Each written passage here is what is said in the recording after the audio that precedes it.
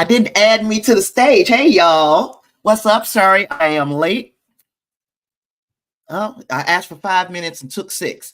But look, we got a big ass episode to get into. Y'all don't want to hear all of my foolishness. So let's just get into our big ass episode that we got to get through. Oh gosh, I might have said that cuss word too early. No. I was live before I said the cuss word. I had been live with the intro music playing. So there we are. I feel much better now. I was a little late. So look, what the heck? What are we even doing, y'all? What are we even doing? This was a crazy episode. Wait, was it crazy? No, it was different than what I expected to happen. I expected the episode to be just fantastic because all the rest of the episodes have been fantastic. Hey, Marge, Justin, Wingrace, hello, all. Thank you for being here. Lord have mercy. This has been one heck of a ride. X-Men 97 has. When I say they are telling a story for the ages, like the freaking theory vibe, my theory mind has been working overtime. And y'all know how much I love to, like, I wonder what's going to happen next. And then just let my mind just run a million miles a minute. And that is what this episode did. What's up, Angus? Can't stay long, but I'm glad you were here. And so you're not here for a long time. You're here for a good time. And I'm glad you're here. Yeah, this episode, wild. I don't know how I started with that slide. Wait a minute, I got to go back to my presentation and look at that because that ain't the slide that we were supposed to start with. But there it is. It's there. I don't want to talk about that just yet. I don't want to talk about Magneto. We're going to start from the beginning, which is the funeral. We got to see some of the, what do they call them? The Thieves Guild and the Assassins Guild from New Orleans. They're there to mourn the loss of Gambit. We had Nightcrawler doing the eulogy. Perfect eulogy. Man, Nightcrawler is one heck of a priest. He could probably get me to go back to church. But yes, and some of the things that he was saying that, you know, about Cassandra, mess with my slides. Yeah, Cassandra been in here fooling with stuff, evil stuff. Rogue disrespected Captain Hard. We getting there. We gonna get there. Oh yes, she did disrespect the heck out of him, though, didn't she? Well, anywho, everybody's there, you know, mourning. Some of the notable things that Nightcrawler said was about Remy not realizing that he was a hero because of his beginnings, where he started, and that that the thing that made him a hero is his modesty. I really love. So the previous episode of X-Men 97 set us up. So we had the Shi'ar Empire battling the Kree. They revealed that Deathbird's Fury, and they introduced Cyclops. Yeah, we saw Vulcan. Empress Lalandra announced her surprise engagement to Professor X. Deathbird, she shocked her sister. And then after Xavier, you know, was going to take their ass to school in the astral plane, word of Gambit's sacrifice to stop the Genoshan massacre reached him and made him decide that he is going to return to Earth and his X-Men. And I'm like, this could be setting up something fantastic. And I just can't wait till we get there. We saw also in the previous episode, Storm, she was dealing with her inner struggle, dealing with her demons. She has conquered those demons, and now she seems to be at her strongest, but she has not gotten back with her family, the X-Men, yet. So that's where we are. The impact of Nightcrawler's eulogy was so freaking heavy. Themes of faith and resilience. And it honored Gambit's character, in my opinion. Especially him being the person to give the eulogy. Now, I'm looking at the different ways that the team is processing loss because, Jubilee, her feelings are far more to the surface. So she's crying but she's also upset that Rogue is not at this funeral. So then you ask yourself, if Rogue ain't at the funeral, where the heck is she? Wolverine was being really stoic, as usual, But then we have to figure out, because that was where my mind went immediately, where the heck is Rogue? And we found out where Rogue is, y'all. We found out where she is, and she is on something completely different for Rogue, because her heart is broken. It is shattered into pieces. And so she is out for vengeance. Rogue has gone rogue. And when she went rogue, and I'm showing you slides of some of the people who showed up as they were doing work on Genosha, trying to get things back to some semblance of order after that attack.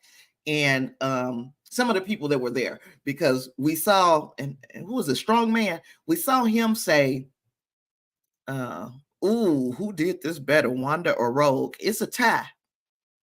It's a tie. I can't pick who did it better. It's a tie. The only reason I think you might be able to give Wanda the flag, if there is something to win here, if you want to give her the prize, it's only because she had more time to demonstrate just how pissed she was. And I mean, we could go from WandaVision, and then, or we could take it to Multiverse of Madness, both of them leading up to the same story. Those two stories tie in together so very well.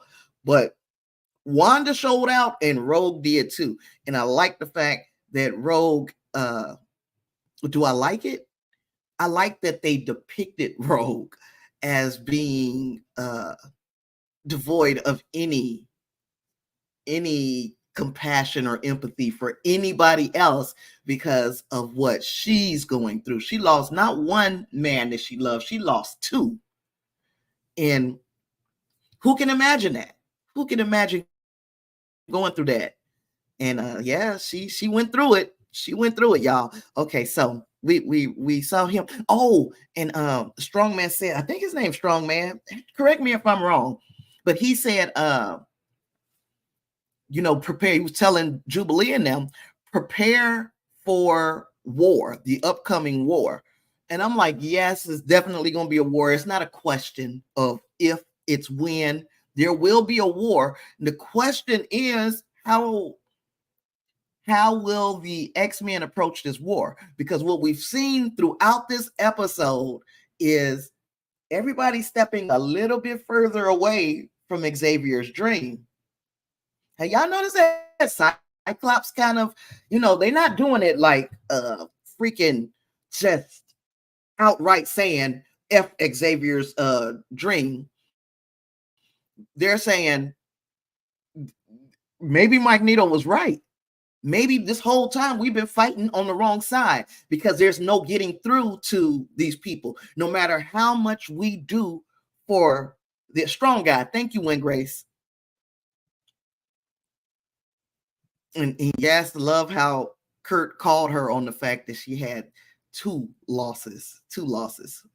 Okay, so, and I'm going to talk about some things coming up, and I'm going to kind of stop reading comments because I want to use a part of what we're going to talk about today as a clip I'm going to clip it out and make a video using it. Y'all understand what I'm saying?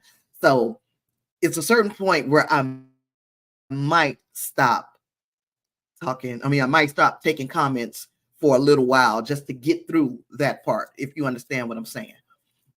Beast tolerance quote was great.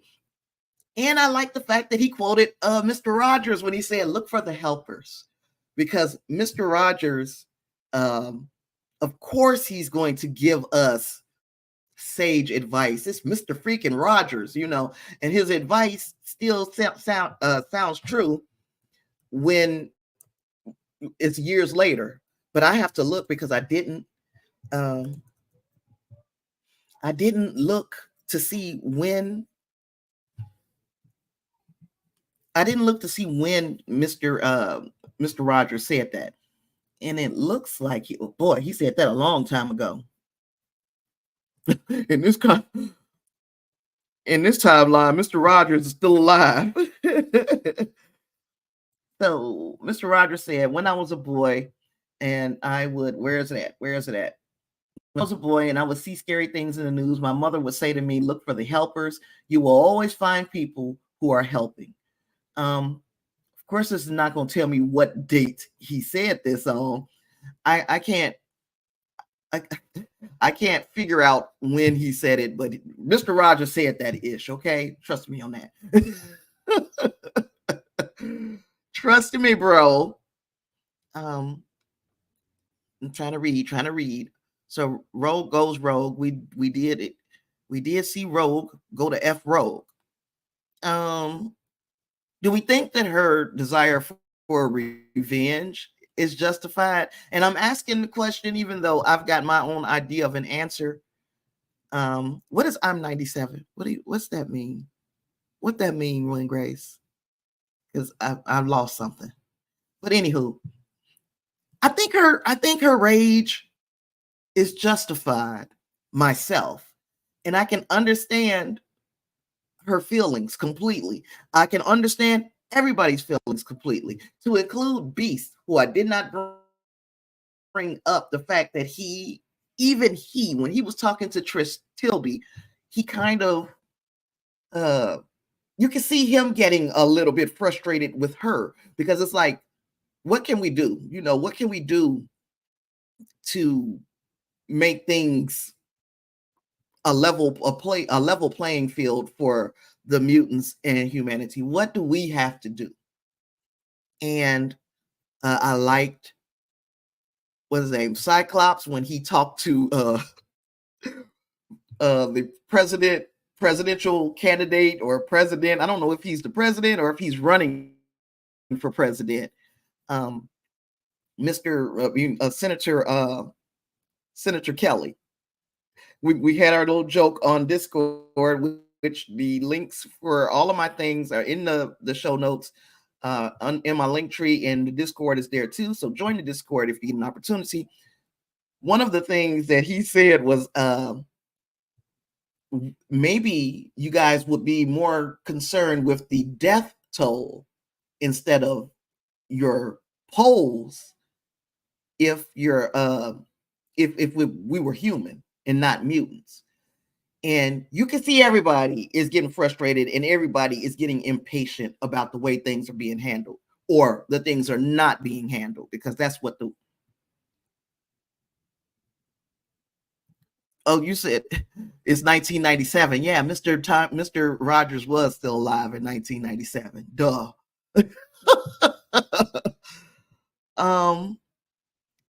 Let's see. I'm trying to see.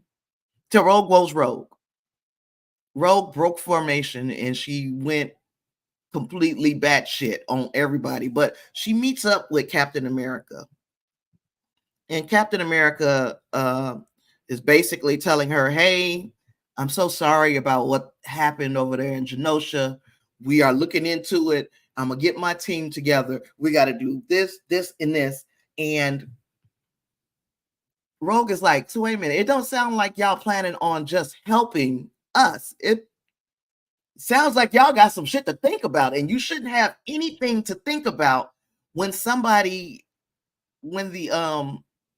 your people are going through the things that these mutants have gone through. What do you have to think about? What do you have to consider before you would help these people who have been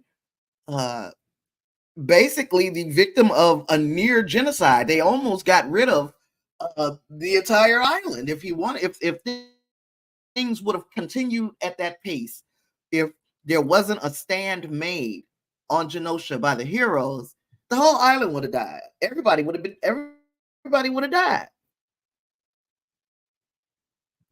Justice says her revenge is justified, and I understand it, but a lot of times it goes too far, and you become what you hate or want revenge on or for.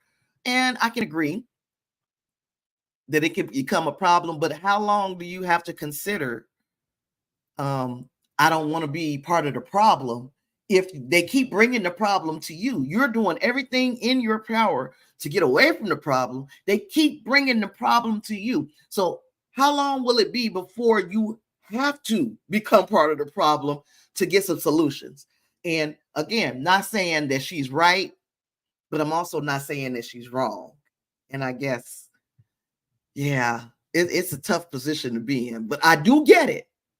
I get her. I get all sides of the equation on this.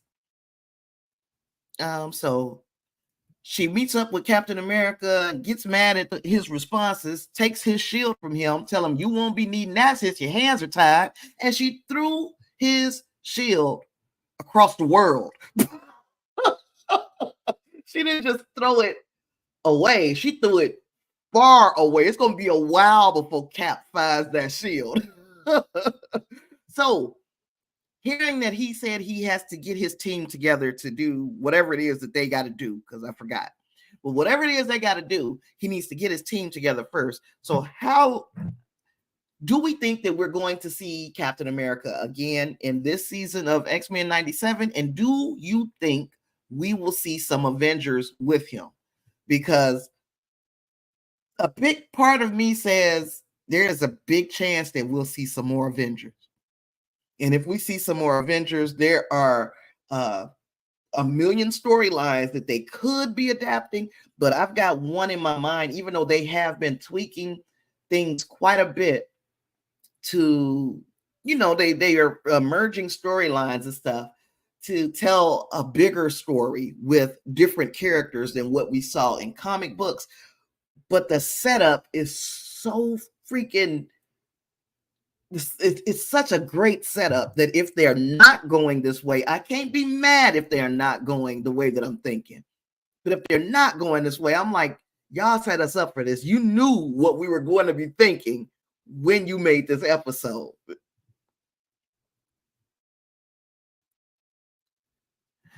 Wingrace would love to see Rogue go up against Ms. Marvel again, not Captain Marvel, Ms. Marvel, but it's still Carol Danvers. We got it. So we also saw Emma Frost survive the Genoshan attack because her secondary mutation kicked in, which is her diamond form. In her diamond form, she's not as strong a telepath as she is outside of her diamond form, but she was still able, or Jean was able to recognize that there is a telepath around here somewhere, and Cyclops immediately thought that it would be Madeline. So heartbreaking as it is, it wasn't Madeline, it was Emma. And yeah, I'm I guess you could say excited that she survived. I don't know why I wasn't thinking that she would have survived. I was thinking that she passed away, like everybody else, but I'm also forgetting the fact that she could have turned herself into a diamond and survive, because diamonds are forever. But but my understanding of it in this episode, I wish I had a secondary mutation too, Marge, one that could allow me to see and hear out of my right ear.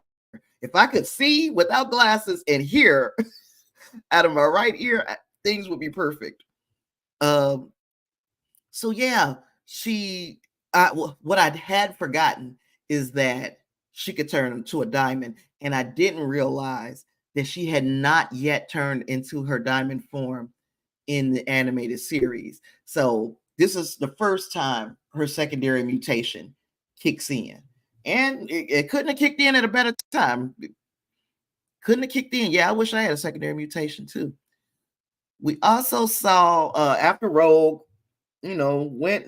She's looking for Bolivar Trask because she wants to do him in. Well, she's looking for Gyrick and Trask because she wants to do them in. Y'all made these Sentinels. I'm coming to put hands on everybody who I think might have been involved with releasing this wild Sentinel on the people of Genosha. And she, but while she's going around and looking for trouble to get into, she, wait a minute, now what the hell happened? She attacked and then she ended up passed out, right? So she attacked and absorbed Bolivar Trask's kind of his powers, his mind, is almost his entire life force. She absorbed it, and then she saw some things in this thing where she was going after Trask, and it makes me feel like some of the things that we saw her do was because she had absorbed his life force. And we know that by the end of the episode, he's like a prime sentinel. So he's a prime sentinel, which means those nanites have been in him probably for some time.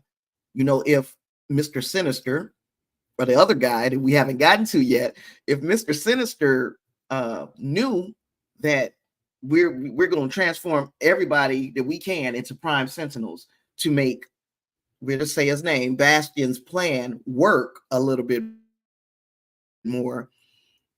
Maybe she took some of that in too. Maybe she's been infected, and maybe that is why she acted as evil as she did. And I'm calling it evil. I'm out of character.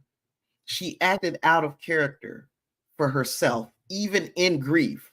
And it could potentially be because she was influenced by Trask when she took his life force, or his, you know what I'm saying. Justice says we might see Cap and the Avengers again by the end or next season. And I'm thinking maybe next season. I don't know. Though we still got 3 episodes left, and I'm talking like the season is pretty much over. We still got 3 episodes left that they're still like one episode because it's a 3-parter. But yeah, I feel like we there's a good potential that we could see them, but the bigger likelihood is that it'll be next season. But either anyway, and things can happen in 3 episodes. You see how fast everything else happening in this series. We see Nightcrawler talking to Rogue about her losses, about how everybody is feeling, because she's his sister. And yeah, I hear a whole lot about, it's his half sister. I'm from a place where sisters and brothers are sisters and brothers. Ain't no steps, ain't no halves, ain't none of that. Sisters and brothers are sisters and brothers. So yeah, so he understands, and he's consoling his sister. I appreciated seeing that from those two. I also appreciated the question that Morph had. Like, he's like, is this what we've become? Because he's even like, this ain't us. This is not who we are. And it sets up a second story. Now, the story that where I want them to go is one thing, but it also, the fact that they seem to be disagreeing on how far they should be going in their rage sets up another story. And either story is going to be perfect for X-Men 97. We're either going to get the big one that I'm looking for, and I'm not going to talk about it just yet, or we'll get them splitting up into 2 teams, and we'll see that. But anywho, Wingray said, last scene of last episode is Cap trying to talk the X-Men down. Doesn't go well. Cap touches ear for his headset. Avengers. And then cut to black. Oh. Avengers. and then you don't hear him say assemble because we waited for so long for him to say Avengers Assemble in the movies. Hopefully they don't make us wait too long in the animated series, but I can see that. I can see that happening. Let's see. So what is Mr. Sinister's agenda?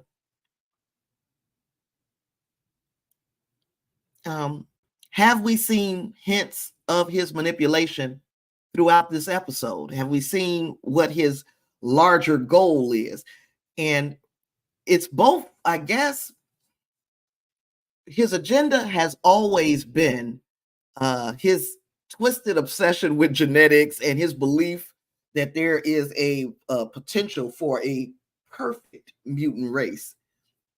He wants to unravel the mysteries of the mutant genome and gain absolute control over it. So he sees himself as the ultimate genetic architect, capable of manipulating evolution to his liking, in fact, making him somewhat of a god. He wants to create the most powerful mutant possible. So this could involve combining the powers of existing mutants or creating entirely new abilities through genetic manipulation. And it's not just scientific. It's just not science. He wants dominance. Like I said, he wants to be a godlike figure. And he's focused on mutants, of course, but he isn't opposed to shaping the direction of humanity as well. It's possible that he sees himself as the director of evolution for the entire planet, according to whatever his little twisted mindset tells him. He runs these experiments. Most of the time, he will kidnap people to do his research. He's ruthless, and he sees life, human or mutant, he sees it as expendable. It's as long as it's in the pursuit of his goals, he doesn't care who he hurts or maybe even kills. He was part of that orphanage, and he monitors mutant families and bloodlines, not just one single mutant and their family. He goes over generations. He collects data for all of these experiments. And like I said, that orphanage in Bright Eyes, a prime example of how he operates. He is definitely playing the long game, master manipulator, subtle or very controlling, depends on the situation, depends on the person, and his agenda just spans years. He is so patient. He, like I said, he will play the long game. He will make strategic sacrifices to achieve his ultimate goals. He will work with anyone to further his goals, even though he will also stab whoever that person is or whatever that power structure that he's working within. He'll stab whoever that is in the back. There's no such thing as loyalty. He's likely to betray anybody if it advances his own research. So that is our Mr. Sinister primer, I guess. And unless they want to evolve Mr. Sinister, just based on the interactions between him and Bastion throughout Bright Eyes, this episode makes me feel like they don't like each other. They're working together out of necessity, and they are both planning on knifing the other in it as soon as the time is right. We went to Madripoor, y'all. When the last time we seen Madripoor? Was Emma the first secondary mutation we've seen in this show yet, counting the OG? What if that was a result of Sinister? See, I like how you're thinking. It could be. Now, who else had a secondary mutation? It seems like somebody else had a secondary mutation, but I could be mixing things all together up. Damn, now who had the secondary mutation? I can't remember who it might have been. So because I can't remember, I'm gonna go out on a limb and say that this was the first. but it seems like I heard somebody else have a secondary mutation, and I just can't remember who it was. Yeah, so you see Rogue with Mystique, who we haven't seen yet in her regular blue form. Many people are saying they think Valerie is Mystique, and I honestly believe it because of how closely Valerie has been working with Bastion. She's got to probably be working with Sinister as well, but she's definitely working with Bastion. Technically, Beast has a secondary mutation, but that was a result of his own meddling. Is that when he started turning to the cat? I'm not 100% sure I like Cat Beast. But I will. I'll take it. I will accept it. Okay, so yeah, we see Mystique with Nightcrawler as well. Now we're gonna get into some meat and some potatoes of things. Why is my screen looking like this?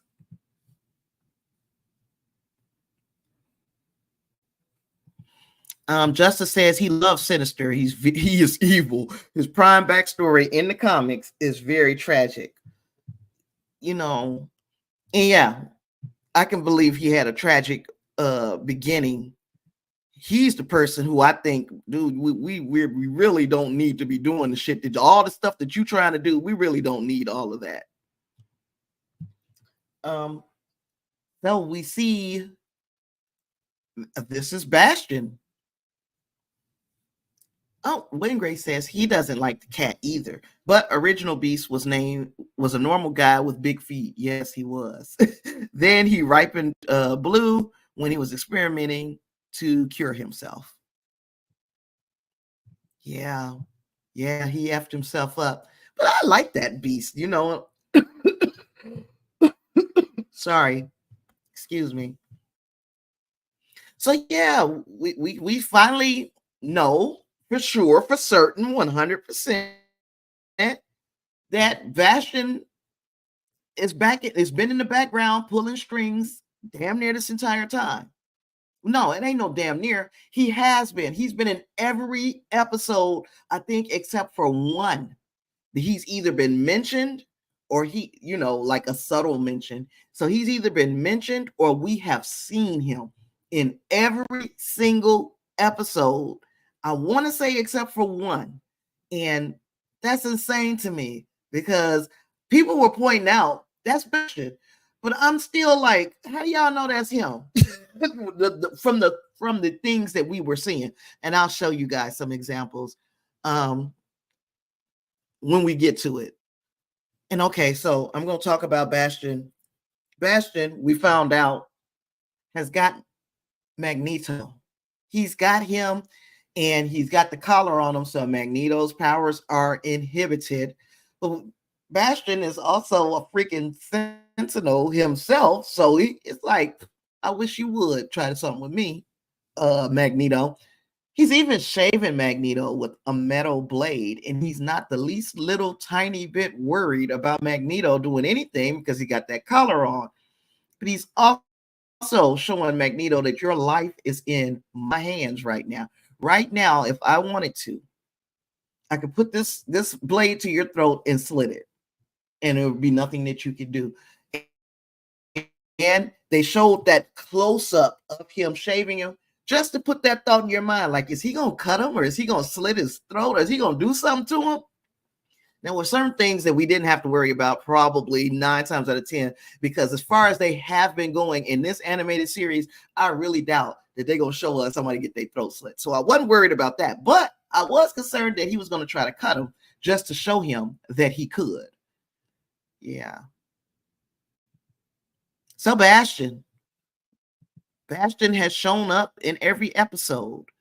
In a nutshell, Bastion, and this is where I'm going to start with the stuff that I'm going to cut out. Okay, so I'm not going to look at the comments for a few minutes here. All right. So in a nutshell, Bastion is a human sentinel hybrid with an unwavering hatred of mutants. He often functions as a government-sanctioned villain, believing he is humanity's last hope for survival against mutant kind. He was born from a bizarre merger of two very powerful entities, the Master Mold, which is a giant self-replicating sentinel factory with immense intellect, and also a deep hatred of mutants. Surprise, surprise. And also Nimrod, who we had been seeing in the opening credits of X-Men 97, I think, since the last episode, maybe the episode before that. We've seen Nimrod show up, and he is an advanced sentinel from an alternate future, and he is almost indestructible and capable of adapting to damn near any threat. So during this complex series of events, both Master Mold and Nimrod were drawn through a mystical portal known as the Siege Perilous. That is a nexus point that warps reality. The Siege Perilous somehow fused them, creating a new humanoid entity called Bastion. Sebastian Gilberti. Sebastian Gilberti was his human name. He was adopted before he discovered that he had these origins with Nimrod and Master Mode. He initially was suffering from amnesia, and he was adopted by this woman. And then he discovered his anti-mutant origins and became a charismatic figure within the U.S. government, advocating for harsh penalties and measures against mutants. Then he spearheaded Operation Zero Tolerance, this major anti-mutant initiative. He used his ability to create prime sentinels, which are human soldiers infused with nanotech-controlled sentinel technology, which is what we saw happen to Boulevard Trask in this episode. We saw when Rogue was on her Rogue stuff, and she dropped him off of that building because he was about to do himself in, and she was like, "No, I'll help," and she dropped him off of the building. He was already infected with these nanites, so before he hit the ground, I'm sure he, turned into a prime sentinel. Anyway, so they used these prime sentinels to hunt mutants and imprison them in heavily guarded concentration camps. He was a formidable adversary for the X-Men during several major comic book events. Now, Operation Zero Tolerance is a major government-sanctioned campaign against all mutants, spearheaded by the villain Bastion. We saw Operation Zero Tolerance, OZT, on all of the uniforms, so you know that these are not just random people. These are people out here who are operating in an official capacity. These Operation Zero Tolerance soldiers, I guess, their whole idea is they want to eradicate the humans. They want to imprison, not the humans, the mutants. They want to imprison mutants. They want to experiment on mutants. It's not about arrest and prosecution. It's about persecution. Zero Tolerance targeted mutants of all affiliations, not just the X-Men. So you could be, anybody could get it. Anybody could get it. Civilians, heroes, even those with these villainous past or ambiguous past are considered threats. You look at Magneto. He's considered a threat, an Omega level threat. The reason why he's considered a threat is because he's a mutant. Period. That's it. That's all. It doesn't matter what side of the fight he's on.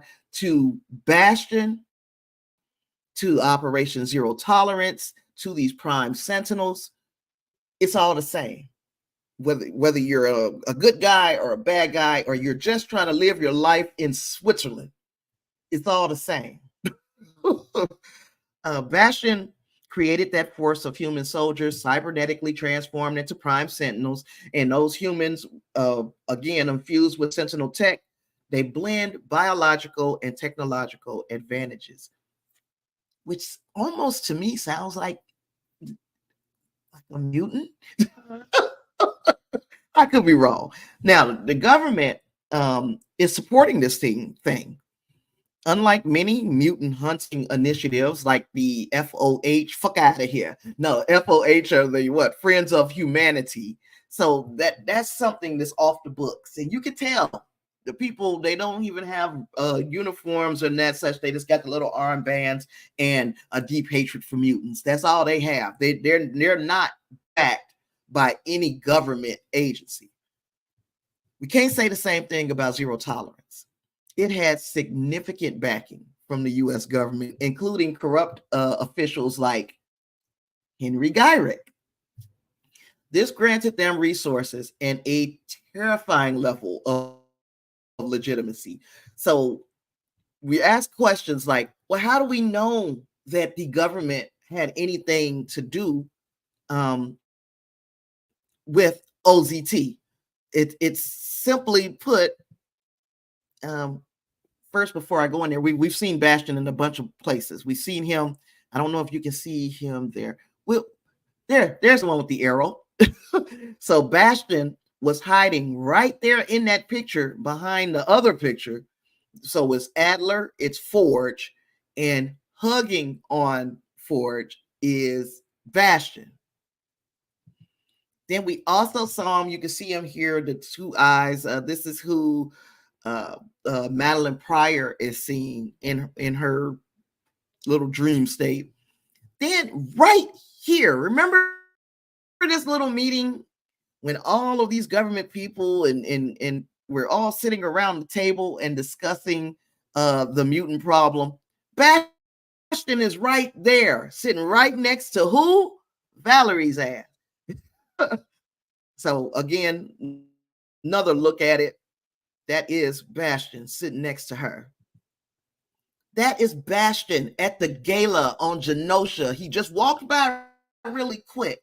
It wasn't like we lingered for any amount of time on him, but that was him. He was there. He was there. Then there's this one that is not as it's not as obvious.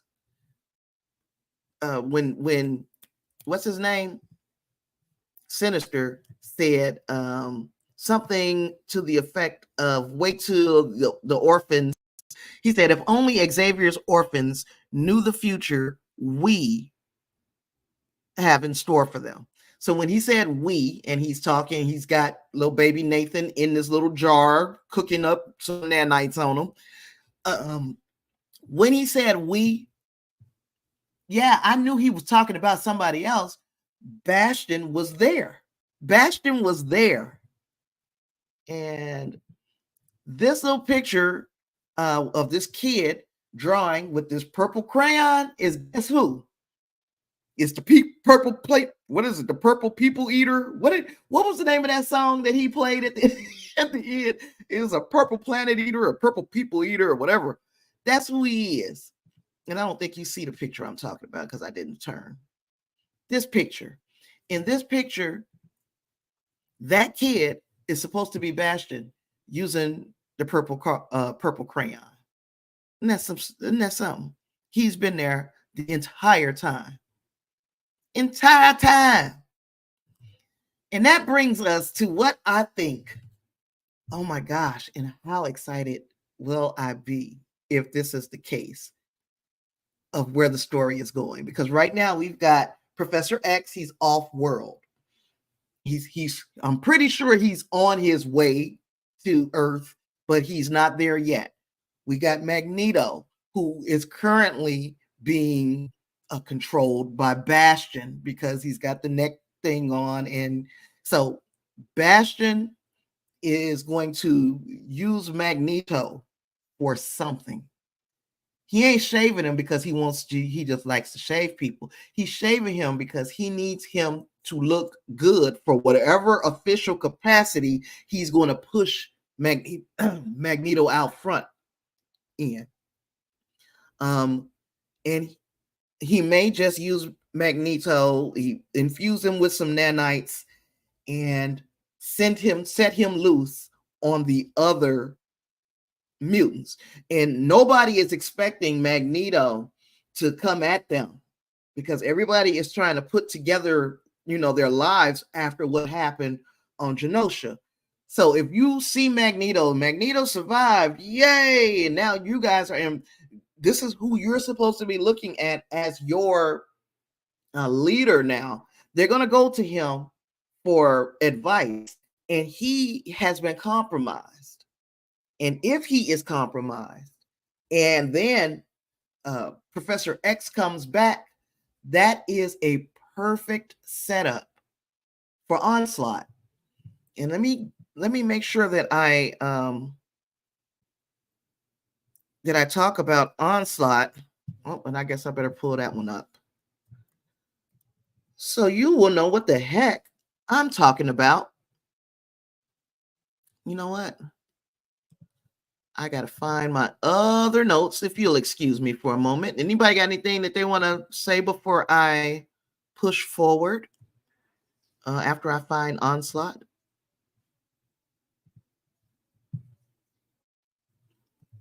All right, so we'll talk about Onslaught. This is about to be a little convoluted.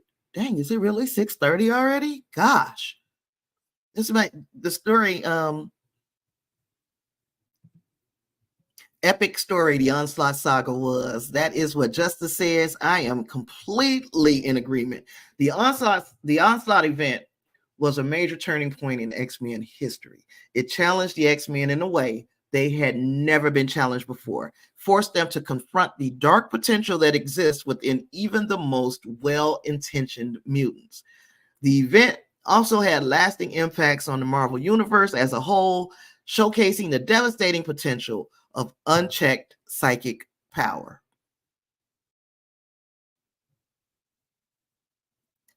Ooh, that's something to get to. Wayne Gray said he's worried something else happened to Storm. We some know about to get. Something I'm missing here. Help me understand that. That one sentence. That we haven't, okay, there it is. I'm worried something else happened to Storm that we don't know about yet. Yeah, that is something to think about, because I mean, she's been separated from the crew for some time now, right? So there's a lot of time for some shit to have gone down with her as well. Yep. Okay, so let's talk Onslaught. Onslaught is a powerful psychic entity that first appeared in the X-Men comics in 1996. He was created from the combined consciousness of Professor X and Magneto after Xavier tried to shut down Magneto's mind during a battle. Onslaught is immensely powerful. He possesses telepathy. So everything that Xavier and Magneto can do, Onslaught can do that too. Telepathy, telekinesis, energy projection, and other abilities from both of them. Everything that they can do, he can do. He aimed to create a world unified under his control by generating fear between humans and mutants. It all adds up to me. Now, in the comics, we had some involvement of Franklin Richards and the X-Men. So after manifesting that physical form, Onslaught captured Franklin Richards and X-Men to use their powers. The X-Men, Avengers, and the Fantastic Four united to stop him, eventually appearing to destroy Onslaught through a combined effort that sent heroes into parallel realities, the counter Earths. Onslaught later resurfaced in different forms of storylines like Onslaught Reborn, Onslaught Unleashed, Red Onslaught. He was just all kinds of Onslaught. His power levels and threat fluctuated in all of these storylines, but he remained a dangerous psychic force to be reckoned with. And of course, we see that Professor X is a hero. He's the founder of the X-Men, and he harbors a dark secret, though, that will unleash this threat unlike anything the mutants have ever faced. Onslaught. And I'm saying that because his dark secret is that he isn't all good, that he does get a little tired of this BS. He's like, I'm tired of this BS, but I still have to continue to fight the good fight. The mental, the part of Xavier's mental that was kept by Onslaught or Magneto when he went in and made at Magneto catatonic, which I'm going to get to in a minute of how or why he would do that. He made Magneto catatonic, and then a piece of his psyche stayed behind in Magneto in the Onslaught form. That little piece of his psyche is strong because it's negative feelings. It's unexpressed anger, grief, guilt, frustration. All of that is a bundle of very strong emotions, and that hung around with Magneto, and it powered up Onslaught. So all of this started with the clash between the X-Men and the Acolytes, which are Magneto's crew. During the fight, Magneto unleashed a brutal attack on Wolverine. This attack caused immense damage. It's almost like I don't even want to say what the attack was. Magneto used his powers to literally rip the adamantium from Wolverine's skeleton, causing such extensive injuries that his healing factor was exhausted. So this clash between the X-Men and the Acolytes were like a seismic event that shook the whole Marvel universe. In the midst of that chaotic battle, Magneto unleashed that unbridled fury on Wolverine, and it was sudden and devastating. He used just a surge of his almighty omega level power. He tore that adamantium from Wolverine's skeleton. The adamantium was once a part of Wolverine's body. In fact, it was unbreakable. It was an unbreakable part of Wolverine's body. It was ripped out that the sound just echoed through the battlefield where they were all fighting. Wolverine is known for having a remarkable healing factor, but he was utterly helpless to correct what had been done to him in this onslaught. The adamantium was a crucial part of his unique abilities that would enhance his strength, his speed, his agility. Without it, he was vulnerable and reeling from just excruciating pain. So these injuries that Wolverine suffered at the hands of Magneto were so severe that Professor X literally just got pissed off. He just, he sat and most of the time, Professor X will have something nice or good or another way to handle things. But as all the X-Men stood around and watched in horror as Wolverine was broken and bloodied and laid before them, he's always been this symbol of resilience and fortitude, and everybody got despondent because you got one of the strongest members, this person who never gives up and never says die and refuses to quit, is now laying on the ground, damn near dead. It shook the very foundation of the X-Men's resolve.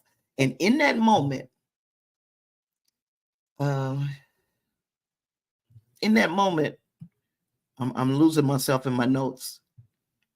After witnessing that savage attack, Professor X used his telepathy to shut down Magneto's mind completely. He turned that motherfucker off.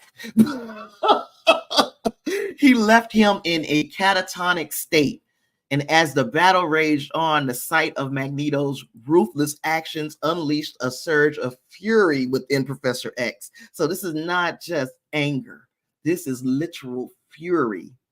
His normally calm and collected demeanor, all that went out the window. It was replaced by an intense desire to put an end to this carnage. So with those telepathic powers, Professor X unleashed a mental assault like no other. You think that he put that thing on Cassandra Nova in the womb. And by the way, if you haven't watched my video about Cassandra Nova, it is in the archives, so you can watch that. But you think that was something? What he did in the womb, what he did to Magneto was like, it literally just erased him. And he could have done it at any time. He only did it because of how reckless Magneto had been in that moment.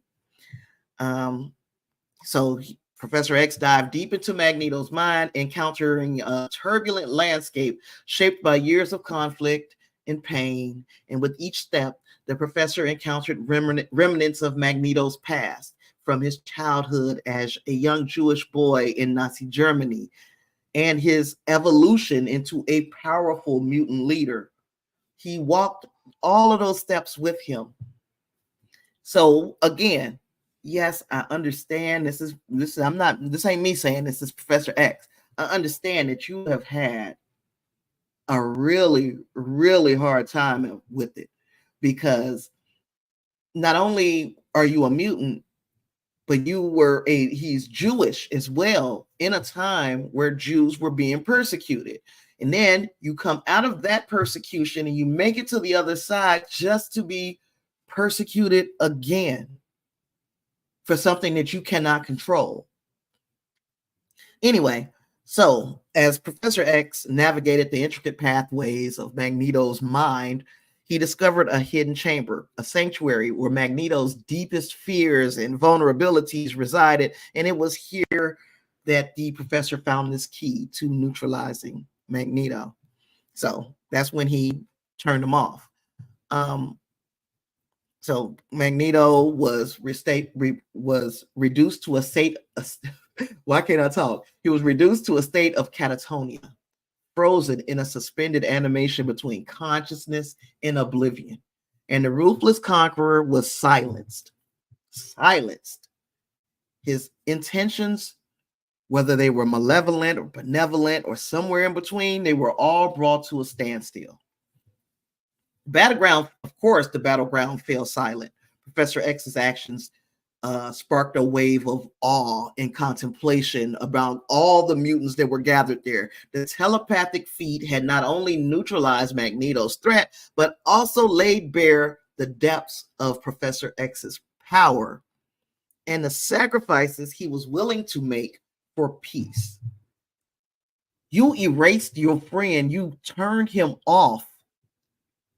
This is your friend. Even though y'all fight every now and then, I fight with some of my friends too. You turn them off because you wanted peace for everyone. But unbeknownst to Xavier, a sinister consequence has arose. A fragment of Magneto's psyche filled with rage and hatred for humanity burrowed into Xavier's subconscious. Now, within Xavier's mind, the fragment of Magneto's consciousness merges with Xavier's own repressed feelings of fear and doubt and anger about humanity's treatment of mutants. This dark fusion grows and evolves, and what we got us a little baby. Well, no, we got us a big separate entity. His name is Onslaught, and he embodies the darkest aspects of both Professor X and Magneto. So this is a dark, shut your mouth. Now, for a little while, Xavier kept that hidden back in his mind. It was, but Onslaught was there. He was just hidden from Xavier.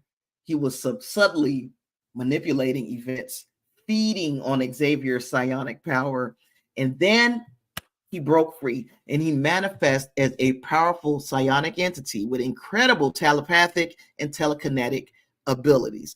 Possessing the combined might of Xavier and Magneto, Onslaught becomes an immense threat.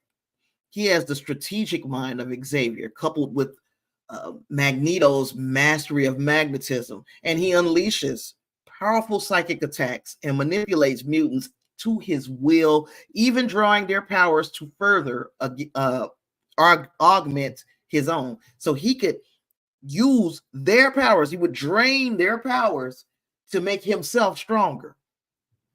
The X-Men, of course, are the first to face Onslaught's wrath, and then they are left with they got their asses kicked. They struggled to understand the nature of this new enemy. So realizing that this danger that Onslaught posed is imminent and immense, the X-Men join forces with the Avengers and other heroes to then confront Onslaught, and they have a grueling battle against Onslaught's telepathic onslaught and mutant draining abilities. In a desperate attempt to stop him, the X-Men devise a risky plan. They enter Xavier's mind to confront Onslaught directly, like, I'm coming straight and I'm going to talk to you. I'm coming straight to your face with it. The psychic battle within Xavier's mind is intense, and to truly defeat Onslaught, a major sacrifice is required. This is why I think this would be so fantastic for X-Men 97. I'm going to stop here for just a second, see if you guys got any comments and stuff before I finish it up, because there's just a couple of more things that I want to say about Onslaught. Oh, where we at? Where we at? Where we at? Hey, Lysandra, good to see you, girl. Weird Wrestling, sorry for bothering you. Oh no, I don't want to promote my channel. No, thank you. Justine. Sorry, Justin. I apologize for that. I don't know what the fuck I was just thinking. Justin says, and Wolverine also became almost feral and showed what his other mutations were. You have to remind me, dear, what is his other mutations? And I haven't been changing so you guys can see the Onslaught slides. I had a lot of slides today, y'all. I was so excited about this stream. Isn't it psionic, don't you think?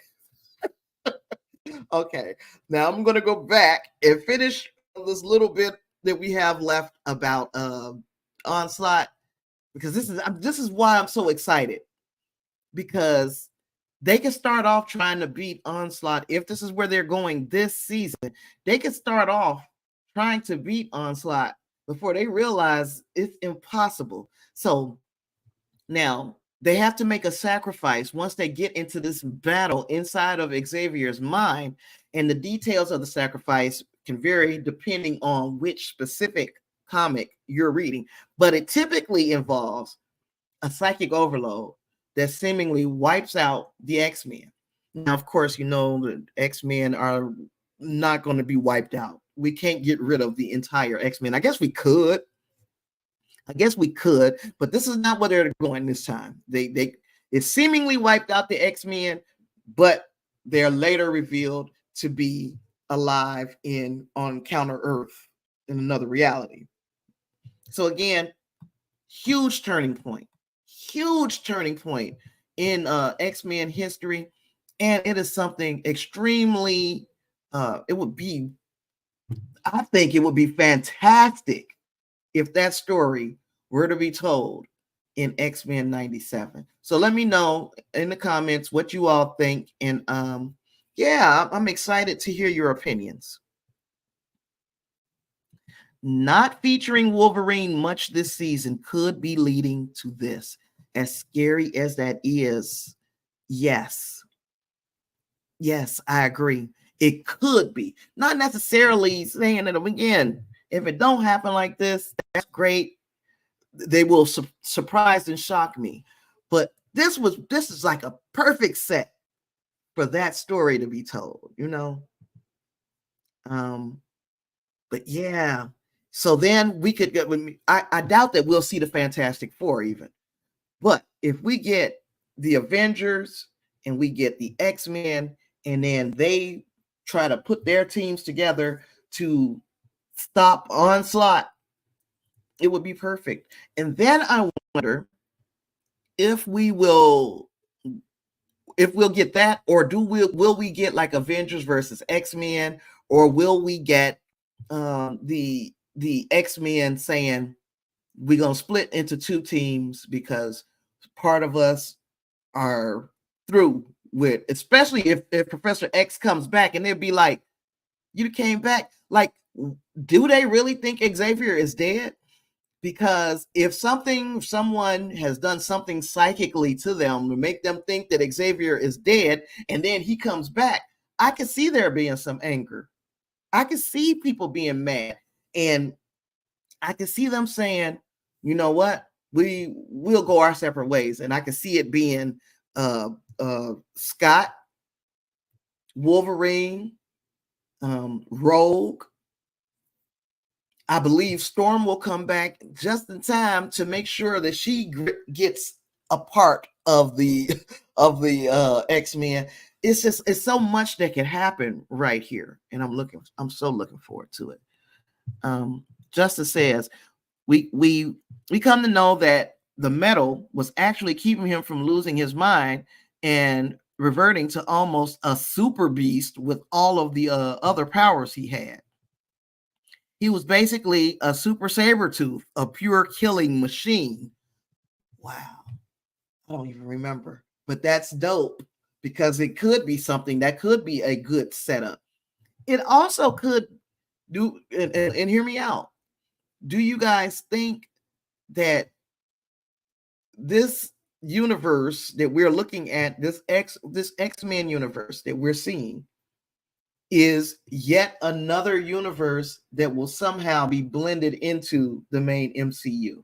So we see in Deadpool versus Wolverine, or Deadpool and Wolverine. I don't know why I want to put them apart. I don't want to put them against each other. It's not Deadpool versus Wolverine.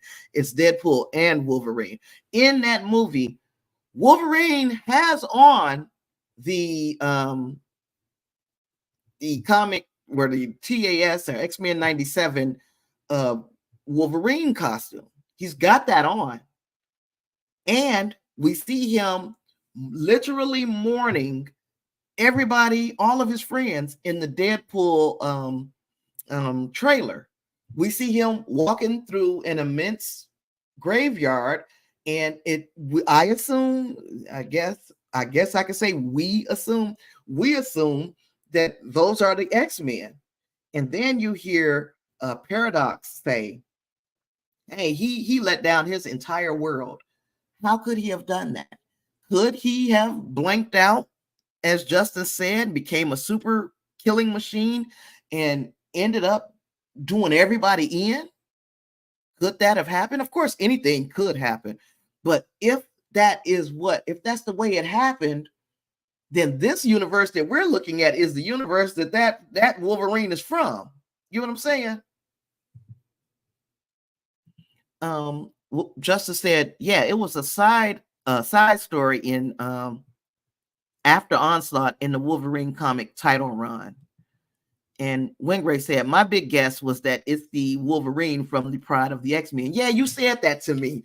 And look, right now it could be anybody. But it's like I just have to play with all of the potentials that we have here of which Wolverine that is. I'm gonna keep on moving. Doggone it. You know, I listened to Penguin Z0, Charlie from Moist Critical, and he giving away money, and I'm doing a live stream. I need to go get some money from Charlie because I am broke. So BT Dubs, let me see. Do I have it? Because I might let's just create one real quick. If you want to help me get some groceries around here, and I know it sounds like I'm begging. I'm not. But I don't never know when somebody can help me. And I so I'm Quiz Mama on Cash App. if you want to help me get some groceries, send me some money on Cash App. Do not give me a super chat. So if you have to, if you feel inclined to give me a super chat, do it on Cash App. Where's Mama? But anywho, where was it? Oh, we were looking through these photos. So yeah, I'm gonna leave some of them up to you if you guys want to talk about any of the photos that we see here. I am 100% here for it. If you want to talk about it. Our friend Clarence is in Puerto Rico, y'all. Big traveling machines. He and his girl, his wife and child, or children. I don't know if it's children. So yeah, we got some onslaught potential here. If it's anything you want me to stop at, you guys let me know, okay? And we still have that Gambit turning into a deaf-looking character. I still say he shows up. I think we got a better chance of seeing him this season. Maybe they should wait till next season for Gambit. Let's not undermine his sacrifice by bringing him back too quickly. Even though he's coming back and he's not the Gambit that we'll remember, that gives us a lot to do next season. This this season, I don't know how I want to see these 3 episodes go, but I'm ready. I wish they could just play all 3 of them together like a little mini movie. I would not be upset at all. I'm starting to choke, y'all. When Grace says, when I was a child, my parents took me on trips to the backyard, so I get it. Yeah, we didn't go too far either. When Grace.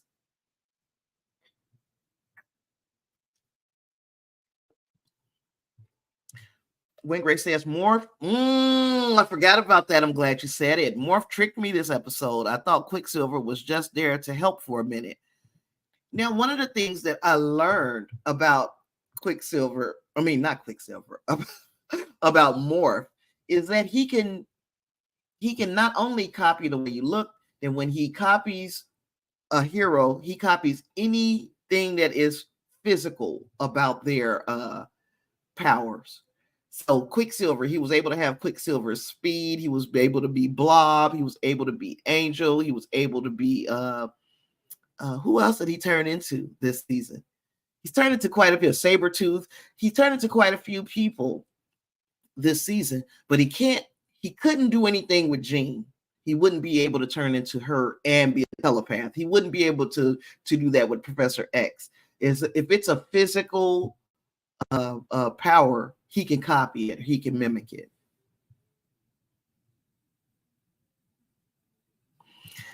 I don't remember him being able to do that. When Grace asked, is that a Sinister upgrade or could he copy powers in the OG? I don't remember him being able to do that. You let me know if you remember, if anybody else remember. Justice says, with Strong Guy showing up, it really makes me think he shows up at the very last scene cliffhanger. Yeah, I think we're gonna see. Oh, you're talking about Gambit. Oh, I see. Meaning Gambit. Okay. Yeah, he turned into Psylocke. He turned into Lady Deathstroke. So yeah, all of those people, you're able to copy their physical powers, but if they have mental abilities or something like that, he can't copy them. I thought that was very interesting with Morph. Well, so let me go back to my notes and make sure I've hit everything. Ain't this some crap?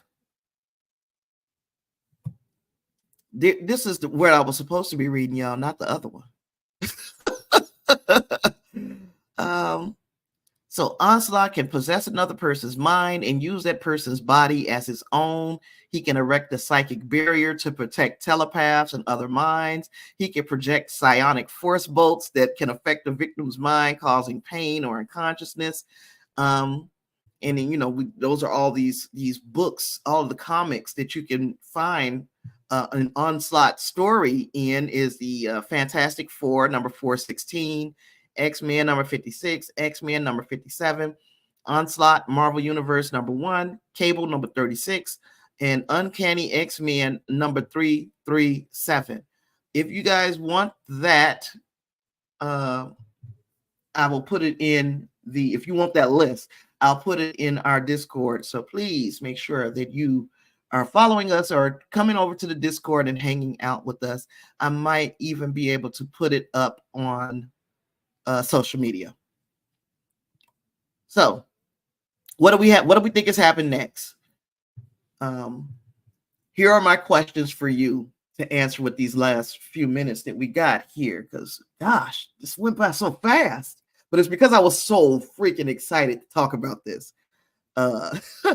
Okay, so tell me, do you think there's a potential divide among the X-Men forming? Okay, so that is one question that I have for you guys. The second question that I have for you is, how will Magneto and Xavier's returns impact things? Because obviously, both of them are presumed dead. Both of them show back up in these next 3 episodes at some point. How is that going to impact everybody? Now, we know Bastion ain't the least bit worried. He knows Professor X. Not only that he knows that Professor X is alive, he knows he's coming. He's not even worried. There's no fear in Bastion. Bastion looks like actually everything is going just the way he planned it. And, when they see Magneto come back, how is everybody going to feel? Are people going to be so happy that Magneto, who died a hero, and he went out as a hero in their minds, his death, which wasn't really a death, but his death was like heroic. Do you think that will endear him to the X-Men when he returns? So yeah, and my next X-Men 97 analysis, we're going to be talking, of course, about tolerance is extinction. Gosh, why couldn't I think of that word? I was about to say existence. Tolerance is extinction. That is the name of the next 3 episodes of X-Men 97. In this next episode, we will get probably a more clear understanding of what Bastion and Sinister are up to, and I still think we'll see Apocalypse. I know it sounds crazy. We're going to see him, or we're going to know that he's coming, because Cable said he's coming, which implies to me that it's somebody who wasn't there already. And Bastion has been there. So who is coming? He could be talking about Bastion, but he could also be talking about Apocalypse. And Cable, when he came and he recognized, he knows that was his mom and dad, that Scott and Scott and Madeline are his parents. And he also knows that Jean was trying to enter his mind, and he's like, he can tell from the psychic touch that is not his mama. So he was like, you're not her. But now what's his name? Scott. Now Scott knows, and Jean knows, that Cable is Nathan. So do you think that we will spend a little bit more time with that issue as well? Let me know in the comments. I'm coming to look to see what you guys got to say. Yes, he did somebody turned into Archangel.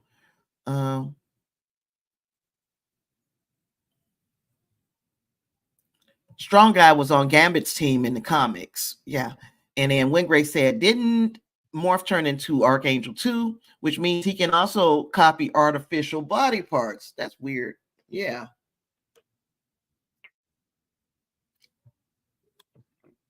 See you later, Marge. Thank you for being here and hanging out with me. See you tomorrow for Star Trek. Okay. When Grace says, I thought we were getting a splits since day one, but I didn't think it was gonna happen like this. Okay, so you thought from the beginning that we're going to see them break up in some way, shape, or form, but not like this. Yeah, this is wild. Justice says, I think there will be a divide. Would have a interesting take on the onslaught storyline, maybe a scaled down version, yet still really good. But Apocalypse would be totally awesome too. Only reason I'm saying that we're gonna see Apocalypse is because everybody else that we have seen in the opening credits for X-Men 97, even the people that we've only seen for a moment, they have all shown up in this series. Everything is intentional with this series. I love that. Even the fact that like I said, even the fact that they had Bastion just hanging out in the series the whole time. It was Bastion all along. So instead of Agatha, it was Bastion all along.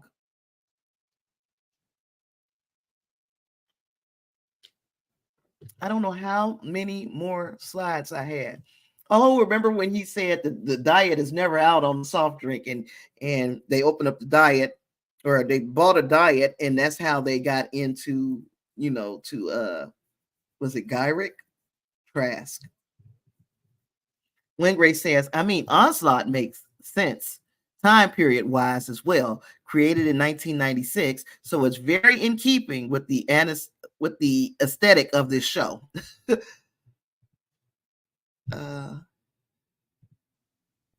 Remember, that's the same drink that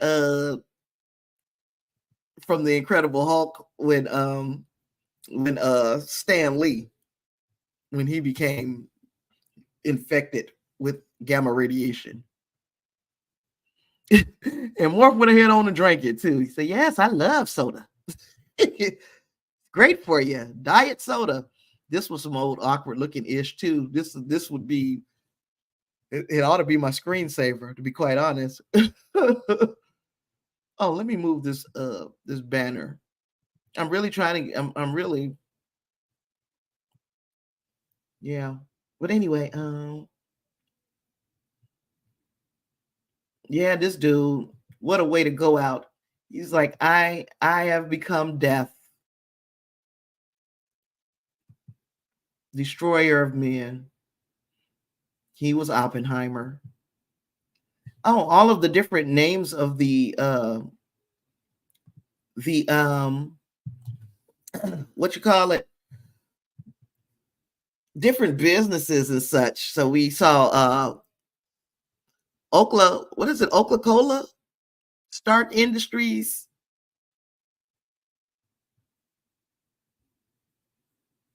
Oh, he said it does, but you can't rush that arc. But it would be good if it goes into season 2. Yeah, I don't, just do it right. And they've been doing things, even though it's still moving fast. That has been my one complaint about the entire series, is so much is happening in such a small amount of time. It's hard to kind of wrap your mind around all the things that you've seen because so much is occurring. But the storytelling has been good. So I'm like, listen, we can stay right there. Just keep it right there. I'll be happy if you continue to tell good stories, and none of the things that I think is going to happen happens. As long as the story is good, I could care less.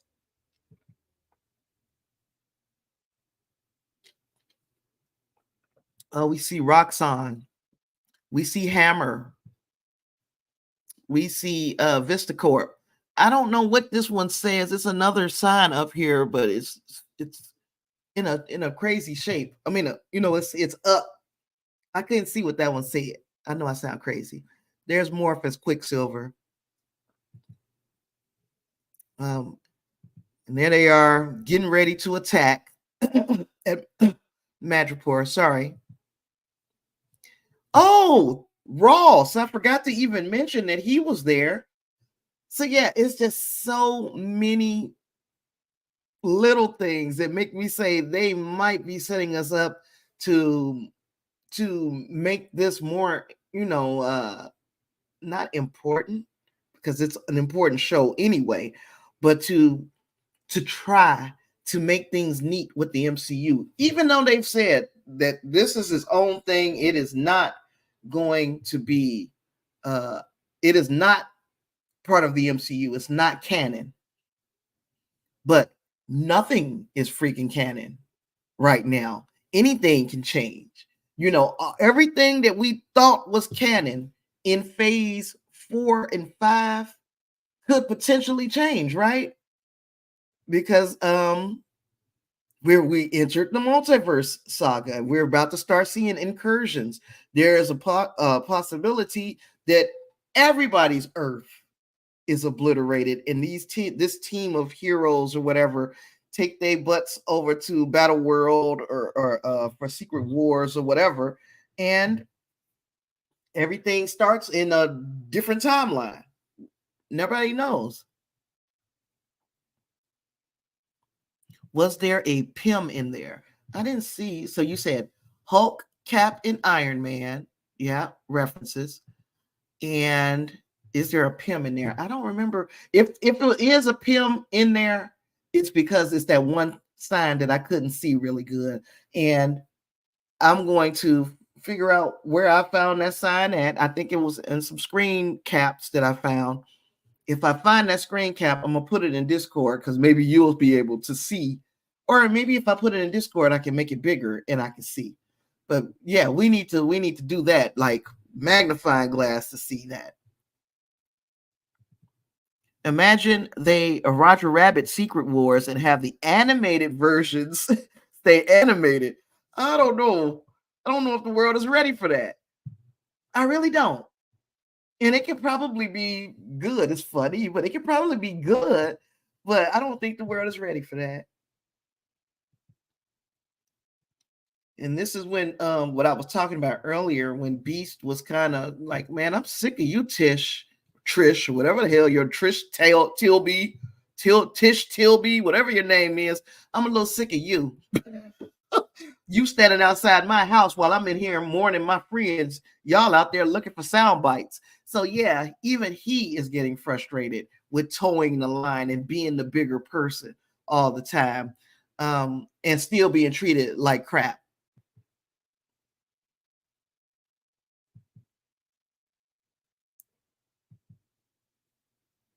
Yeah, Trish, be afraid.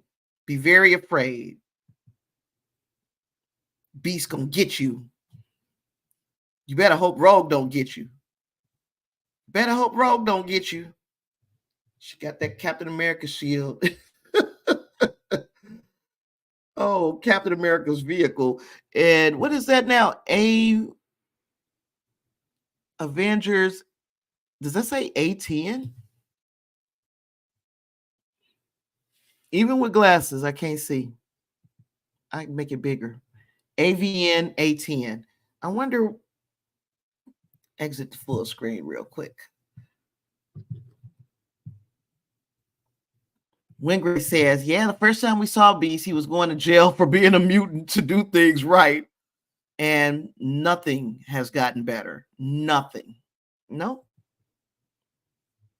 And it's like, yeah, I mean, what can you AVN A10? Is that a issue of a Avengers? I don't know.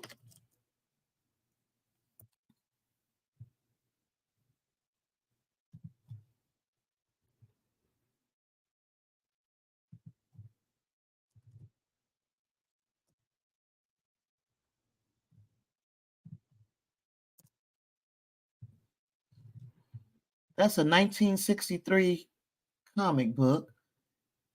Is that what they trying to point us to? AVN A10? I wonder if that's what they're pointing us to. Well, let me read it. Immortus, master of limbo, begins years of manipulation by joining the masters of evil and fragmenting the Avengers. Earth's mightiest heroes battles titans from across time, and nothing is as it seems. See, I don't know if that's what they are pointing at, or am I just making things up? What do y'all think that AVN ATN means? On his what do you call it? License plate. Do you think that has some meaning? Because a lot of times it does. Let me see. Yeah. Right. That's what I was like. Does it mean 110? Let's look. Oh, I got 4,000 points. How about that? The Marvel Unlimited, my Marvel Unlimited subscription. Let's see. Marvel's 110. I mean Avengers 110. If that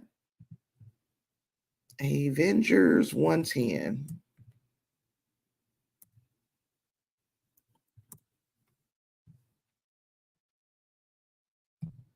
Comics. X-Men Unlimited Infinity comic. What is that? It came out in 2023. But that's not event. It's supposed to be Avengers, right? Avengers.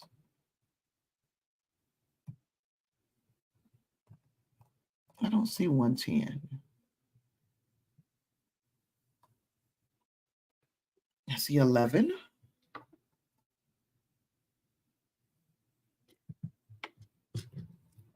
Yeah, I don't know. Win Grace.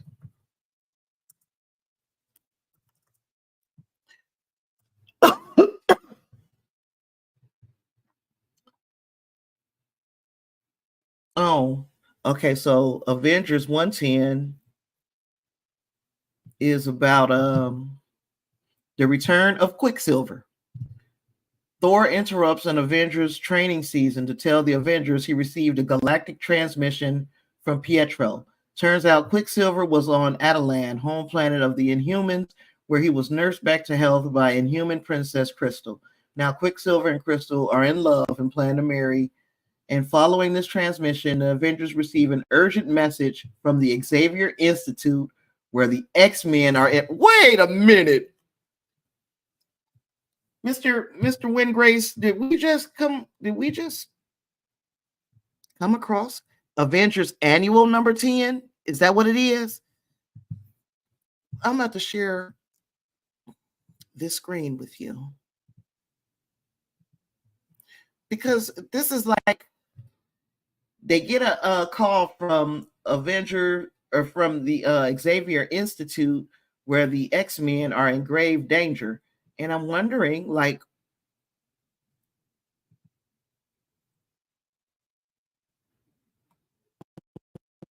look at the digital.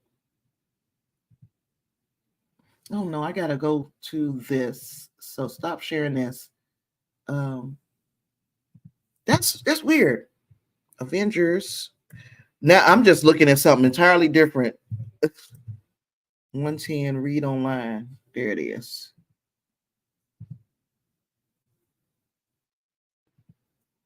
Okay, so we're going to, excuse me, could be Avengers Annual 10 is Rogue's first appearance. So that's Rogue's first appearance. This one here, this is what's killing me.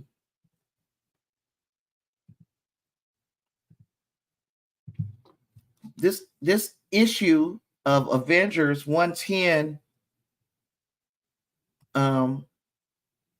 shows I did it. I, Magneto, have destroyed the X-Men, and the Avengers are next. And you got, and it's him destroying the X-Men.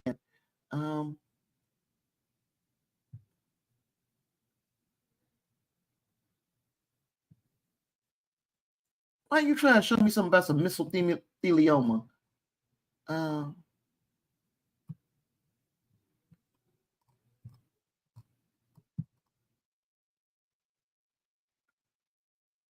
reading mode.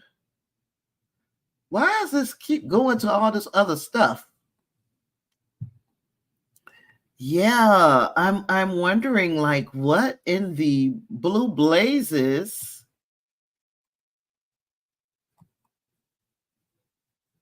I mean, I want to read it.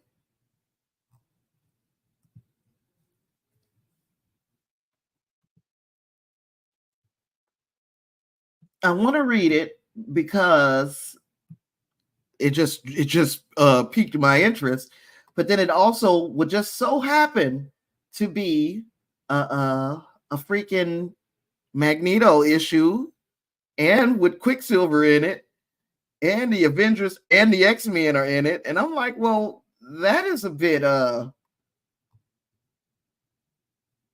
you know, that's um that's a bit convenient. I'm gonna look at Avengers Annual 10. I think maybe the Avengers and X-Men will fight, one for mutants and one for humanity, but both are being played. I think everybody being played. Anytime you got what's his name? What's his name? Bastion is just part of the government. I mean, I don't like reading. I don't like this. I'm gonna have to go something else to read this because it's playing. It keeps showing me all these damn ads. You know, I don't like ads.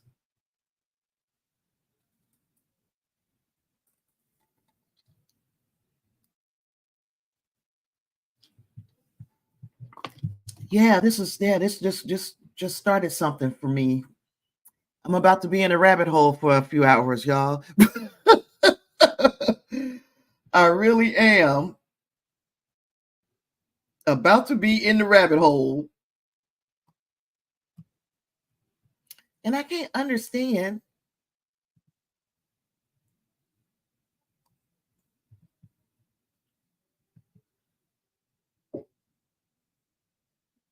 Yeah, I'm about to be all night in this. This is crazy, but I'm not tripping. I'm gonna read it, and I'll let you guys know if I come across anything that sounds like it could be X-Men related. But I need to look at the other one. The other one was Avengers Annual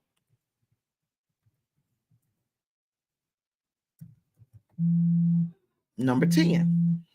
It's like one of the most searched things right now, too. So I like going to, let me go to read online. I kind of like going read comics online. King-sized annual, The Avengers, Captain America totally defeated. Witness the invincible Iron Man knocked out of action. Behold the deadly new brotherhood of evil mutants, plus a shocking mystery guest. Observe Spider-Woman's daring midnight rescue. And all that and a cameo appearance by the X-Men.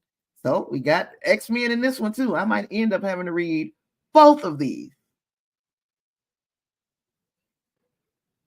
Yeah, and it's some, yeah. I'm gonna have to read. Um, yeah. Beast was a big adventure for a minute. Do you think after things go down, they'll have him join that team in this show as a token mutant for relations, or maybe Wanda or Quicksilver already fit? I mean, are we going to go back and change the? I mean, of course, we've already kind of changed Wanda, right? We've already changed how they got their powers because we saw that she had the powers already. We saw that in WandaVision. So yeah, that's something that could happen. they could either, use the fact that Quicksilver and Wanda are mutants, or that Wanda is a mutant, to, oh no, they could use the fact that Wanda is a mutant to bridge the gap, or they could just make Beast a part of the Avengers. Is there anybody else that they could cross over?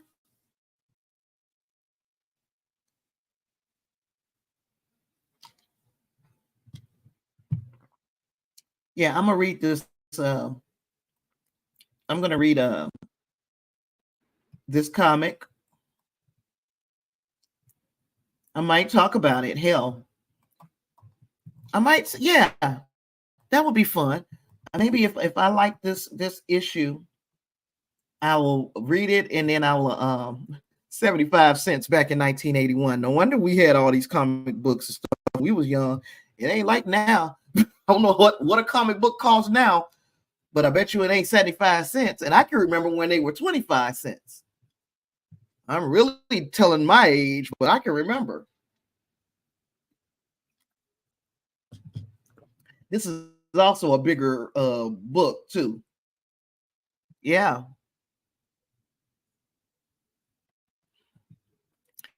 They haven't established it in X-Men 97, or they haven't established it in, we know what they are in the MCU, where at least we knew we knew what they were. So yeah, anywho, I don't have anything else, y'all. I've been sitting here today. I worked on a trailer reaction. Today I'm going to work on another one, and then I will probably read one of these comic books, and it'll probably be the annual Avengers annual number 10. Read that, see if it's anything that I want to talk about. Then, because the onslaught thing, hopefully I can cut that out and make it make sense. I think I can make it make sense. So we can cut that out, and we'll have some content for the week. I'm actually starting to feel like myself. For those who didn't know, back last year in November, like the first day of November, I had a mental breakdown. And I didn't realize, the first maybe 2 or 3 weeks, I realized just how drained and exhausted and depressed and anxious and everything I was. I did not realize that after the first few weeks, it took me a whole nother month before I even started doing content again. So you guys have been here for a while, so I know you can remember that. But I'm just now getting back to myself. Like, I'm super excited, and I don't know if I'm having a manic type episode, but I have been excited about the Star Trek episode that we just got earlier this week, and I've been very excited about X-Men 97. But thank you. But yeah, I've been so freaking pumped over the last few days, and like I could just feel a difference in myself. So I'm really, really glad that I've got you guys to talk to, and that you guys are helping me to find little things to be happy about. Because even with this shit, I kind of take stuff a little too seriously. I'm supposed to be having fun. When stuff starts to feel like a job, it starts to get heavy, and I start to like not want to do it as much. But really and truly, I'm feeling myself again, and I think hopefully y'all can tell that I'm like back. I'm almost completely back. Just to say, I don't know, but it seems like we're headed to a showdown. Mutants versus humans. There's so much anger and pain and fear right now. Sinister would love a huge war, and he would pick up the pieces. Yes, he would just pick up some of the mutants that have fallen by the wayside, and he can do his genetic experimentation. But one day at a time, that's all I can do. And yeah, but gosh, it's been literally like 5 or 6 months. And I really feel like I'm just now getting back to myself. When Grace says, glad you're feeling better. And to be fair, X-Men and Disco have been better than I expected, so you aren't alone. And Justice says, yes, I agree. They're both really good. They have exceeded expectations. I didn't think X-Men was going to be bad, but I didn't think it was going to be this good. It's just been incredible. And I cannot understand what I really want to know what the heck Bodemayo had to have done to get fired when you put together a series like this. This is a good series. You got the old heads excited. You got the young folks excited. Everybody in between is excited. People who are just like super into this, and then people who are casual. We are all super excited to talk about this. And I wish I had the mental bandwidth to do it the day of. But you know, I had them babies in daytime. I'll be having the babies. I get the kids. My son and his girlfriend go to work at 3 in the morning. So I have the children from 3 until 1. I don't be having time. I don't even be having the energy to do some of the shit that we did, that you know, that it takes to. Yeah, but this shit been good. I'm excited. Oh yeah, and I said I was about to bounce because I do want to read these 2 comic books. And even if I don't read it, ooh,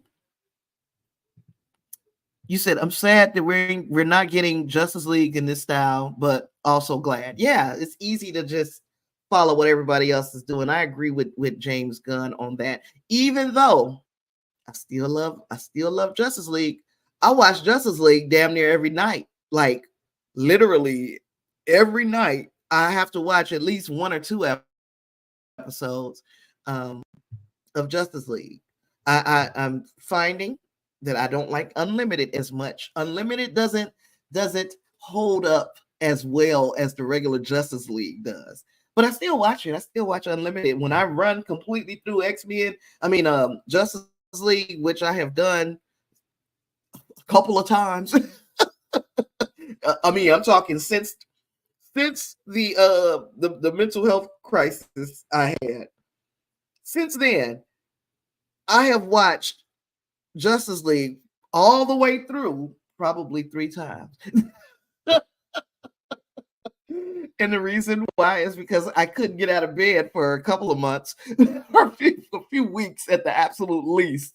I couldn't get out of bed, and that's all I did is just take medicine and watch Justice League. So it helped me through some dark moments as well. When Grace says, I know it wasn't all him, but I'd feel wrong having it continue without Kevin Conroy. I feel the same way. I mean, Kevin Conroy, McDuffie. There's too many people who were integral parts of Justice League who are no longer with us, who I feel like we would miss their presence in a new series. So yeah. Justice said he loved Kevin, but there are a few that do but Batman justice. So there are other, yeah, of course. But when you see that style of animation and those characters, you're expecting to hear a certain thing. And I know that other people could make the voice sound similar, but it's just the knowing that it's not who we want it to be, you know. McDuffie was the one who made that show work. McDuffie is was their Bodemayo. And I really want to find out what the hell Bodemayo did that made them fire him before this series came out, because the series is freaking good. People are almost demanding for him to write some of the live action stuff, which I'm like, okay, we might be taking things a bit far. I don't know what his capability is in that realm. If he can write like this, I believe he'll do fine. But let's stop, pump your brakes, and let him finish X-Men 97. These next 3 episodes could be bullshit while we talk about we want him to write the live action. But the question to me is, what the heck what would you have to do to get fired?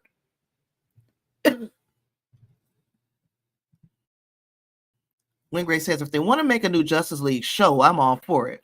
But for that universe, I think it's better as he is. Yeah. Justice said Roger Craig Smith is almost just like Kevin, just more angry.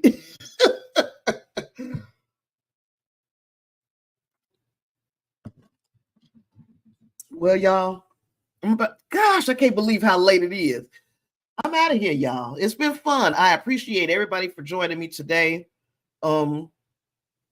Make sure that if you're watching it on the replay, put your thoughts down in the comments about all the stuff that we talked about, anything that we glossed over, because I was moving 110 miles a minute, and I know that I skipped some stuff. I know I did. I'm trying to go back to my notes, what do I not remember reading? But it was a lot going on in this episode. It was a lot going on, and I'm excited to see how we start to wrap this thing up. Very excited. So join me here tomorrow if you're a Star Trek fan. Even if you're not, join me here tomorrow, same bad time, at 5:30 p.m. Central Time, where we're going to be talking about mirrors. And that was a very pivotal episode. There was some things that we called, me and my little think tank, we called it. And there were other things that were like, oh. So I can't wait to discuss that with you all. And what else? What else? Oh, look out for videos. There will be some videos this week. I'm trying to capitalize on the success of that one video, Good Times video. I'm trying to continue to capitalize on that success. I am 100 subscribers up from when that video went live, and I think it's been about a week. So I'm 100 subscribers up, and I'm trying to keep everybody entertained. So if it's something that you guys want to see me talk about, cover, or whatever, please make sure that you hit me on the social medias or on Discord, or put it in the comments, whatever. If it's something that you want me to talk about, put it down there, and I'll see if I can make it happen. With all that being said, I've got nothing else. Thank you, Justin. Thank you, Win Grace, Marge, Angus. I don't remember who else, if there was anybody else here. Thank you for being here. Thanks for hanging out with me, and I'll see you in the next one. Peace.